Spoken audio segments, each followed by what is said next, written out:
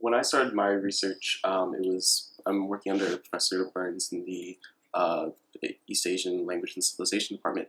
She's studying cities in the 19th century, and I'm looking through a lot of socioeconomic data and like georeferencing old maps.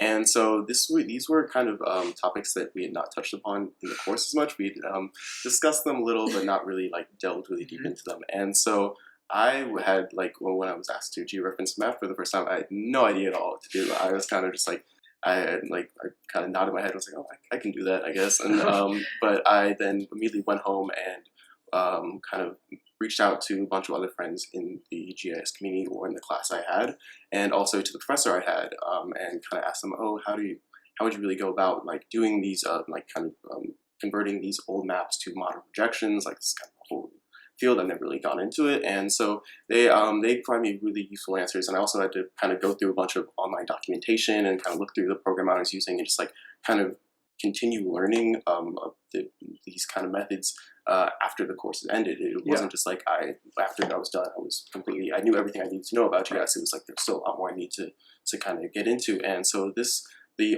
research assistant position has kind of now offered me new ways to look at the data I'm working with, and kind of it's offered me provided me new skills to work with. And so it was working with like kind of like struggling with this georeferencing problem was a really fun experience for me. It kind of sounds weird to say, but it was like I was able to like learn a bunch of new skills that I can now use later in my GIS career. And so this was definitely the research side of it was actually like the nitty gritty side of GIS. It wasn't just like, oh, this is the easy data you get like just for like a class project, like everyone can do it.